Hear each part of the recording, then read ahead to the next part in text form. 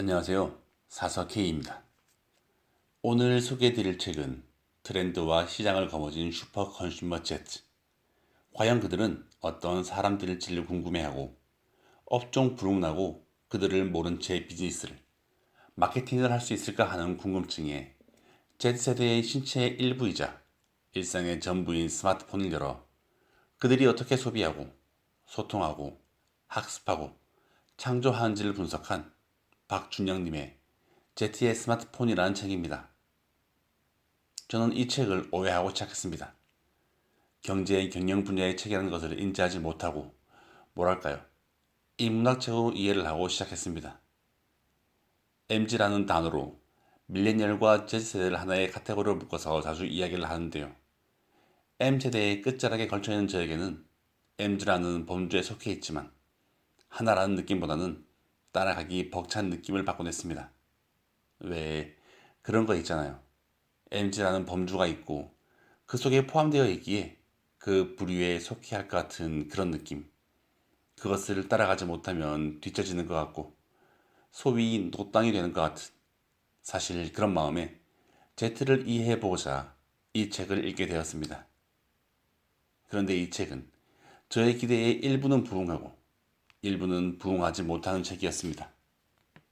네, 바로 이 책의 범주는 경제 경영, 그 안에서도 마케팅에 최적화된 책이기 때문이죠. 그럼에도 불구하고 Z를 이해하는 것에는 많은 도움이 되었습니다. 책의 도입부에도 쓰여 있듯 Z를 이해하는 것을 통해 끊임없이 출현하고 진화해 나가는 새로운 세대와 미래를 이해할 수 있게 되기를 바라는 작가의 마음이 전해지는 책이었습니다. 책으로 들어가면 우선은 왜 Z를 이해하는 것이 마케팅에 꼭 필요할까로 시작을 합니다. 그에 관한 가장 큰 이유로 전체 국민의 비율, 숫자와 데이터로 말을 해줍니다. 현재 Z는 대한민국 전체 인구의 18%가량인 910만 명을 차지한다고 하는데요. MZ, 밀레니얼 세대까지 합산하면 총 2천만 명에 가까운 인구수라고 합니다. 전체 국민의 38%에 이르는 숫자이죠. 그리고 이 비율이 높아짐에 따라 가장 대두가 되는 것은 이들이 본격적으로 경제 활동 인구에 진입하고 있다는 것입니다. 그리고 새로운 세계인 디지털 세계, 그 디지털 세계에서도 새로운 파도, 새로운 무브먼트가 활발하게 생성되고 일어나고 또 사라지고 있다며 이 무브먼트에, 이 파도에 올라타야 이들을 이해하고 미래의 마케팅의 중요한 요소라고 이야기를 합니다. 그리고 이들은 스마트폰 안의 세상을 자신의 일상으로 가져왔다며 이들이 어떻게 소비하는지, 어떻게 소통하는지, 어떻게 학습하는지, 그리고 어떻게 새로운 가치 창출하는지를 이들의 스마트폰을 들여다봄으로써 이해할 수 있다고 이야기를 합니다.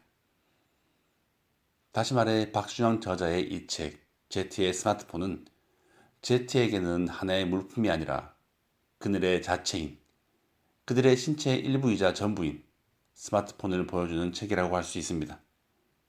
저자는 이를 위해 약 3년간의 시간 동안 300명의 Z들을 만나고 그들의 스마트폰을 들여다보았다고 합니다. 그들이 가장 많이 사용하는 80개의 앱을 분석하였고 이를 11개 카테고리로 분석하고 그 가운데 대표적인 10개의 앱을 이 책에서 소개하며 그를 통해 Z의 진짜 삶, 그들의 리얼 라이프를 우리에게 보여주고 있습니다. Z를 모르고 비즈니스를 한다고? Z를 모르고 마케팅을 한다고? 이 책을 한마디로 정의하면 이 문장일 것 같습니다. Z를 모르고 어떻게? 그렇기에 Z를 이해하자. 인데요.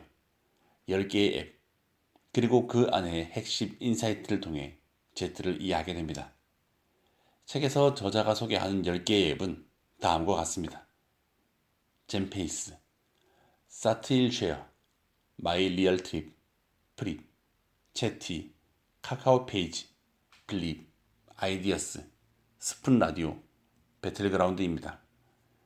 저에게는 익숙한 앱도 있었지만 대부분이 생소한 앱이었습니다.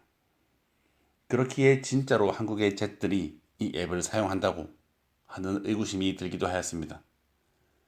지금도 제대로 확인을 해보지 않았기에 저자가 이야기하는 대표의 10가지가 정말로 얼마나 그들 사이에 통용이 되고 자주 사용되는 앱인지는 모르겠습니다.